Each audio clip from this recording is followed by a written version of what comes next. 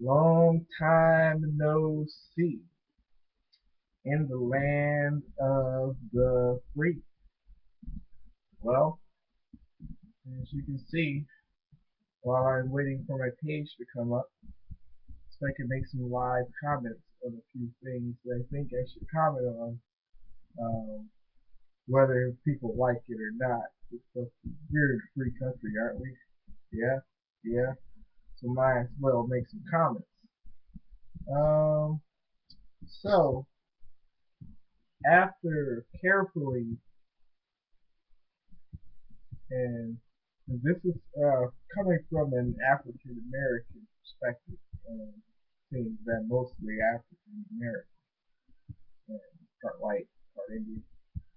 Um, here we go. There's some things that have to comment on.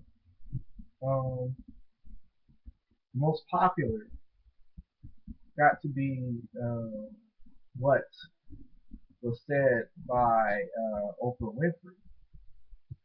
And she said that most people, or most Southern whites, are um, born and raised racist.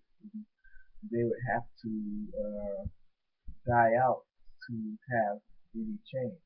Have any change. Um, Qualifying was the good doctor common sense. Qualifying, thank you very much. What Oprah was saying when she was interviewed, and a lot of people came out and said that Oprah Winfrey is a hardcore racist, hardcore racist. So Oprah's a billionaire. It's one thing you got to understand about Oprah Winfrey, and one could say that she was kind of like she kind of paved her own way. She kind of paved her own way. Um, Never mind the fact that most of her people who watch are middle class white women that made her rich. Um, Now, you have Oprah Winfrey on one side. You have the rest of the people think that people like Al Sharpton, Jesse Jackson, hard, hardcore racist, hardcore racist. I want you to keep that word in your head, hardcore racist, and what it means. Hardcore racist means you have prejudice due to a person's color of skin, and basically, from what our talks have been about in social Darwinism, is the idea that there is a superiority. Okay, um, so here's what hardcore racist. Um, the Black Panther, the old Black Panther movement um, died out, killed by the FBI, who were white at the time, and they were replaced by the extremists that you see now that are racist.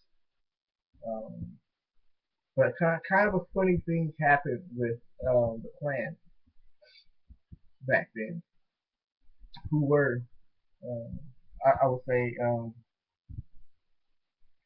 who were really dedicated in their cause for superiority. Um, and I would I would keep that the word being racist with superiority and see how synonymous um, that they are. Um, a lot of things have changed.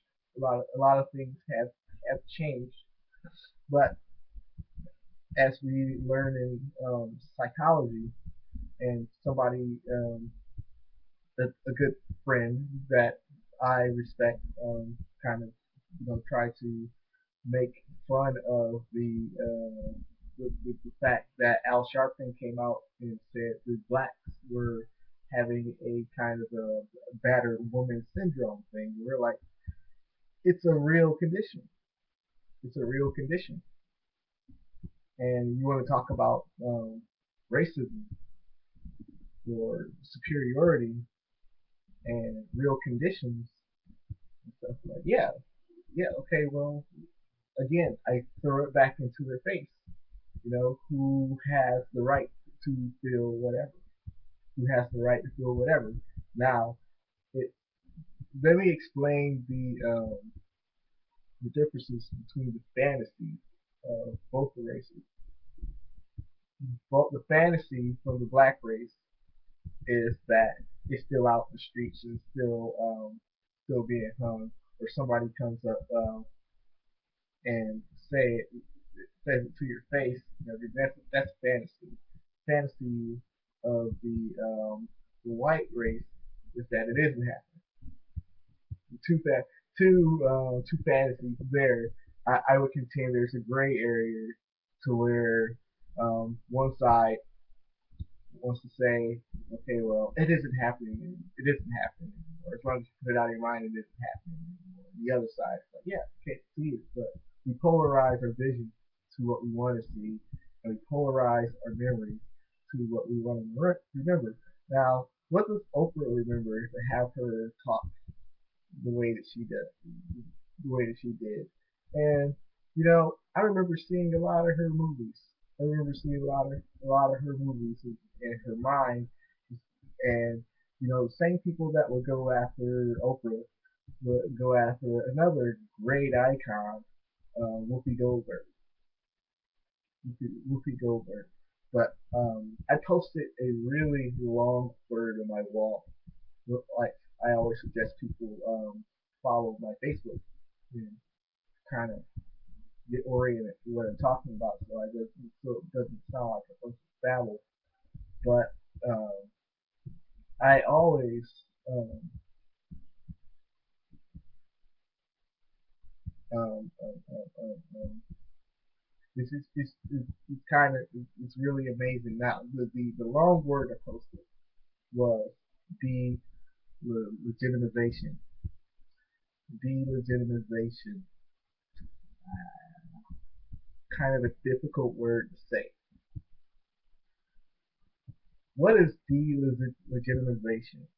I posted a long explanation of that word, but I think one of the things blacks don't talk about and whites rarely talk about is the process of delegitimization, which was tried to be done on by the president. Now, I'm not giving the president any duties, but there is something to be said when there is a particular side trying to make him not legitimate or delegitimize him.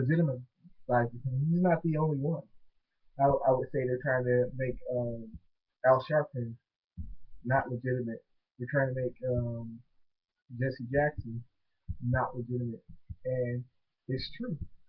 Now I'm not going to sit here and do all the homework. I'm not going to. I've done my homework, and because I've done my homework, it can be a little bit difficult to talk to people about about these things because I can't hold everybody to the same level of knowledge. I can ask people do a little bit more research and kind of reflect on history because um, something I was saying earlier. Um, um, One of the reasons why making a person not legitimate comes into the picture, especially today, for example. I'll use today as an example in saying contemporary in politics and what's happening is that the conservative right cannot win a majority of the blacks. But there's a way. There's a way it can be done. But I'll get to that in a minute. Actually, I'll get to that in my next post or my next video.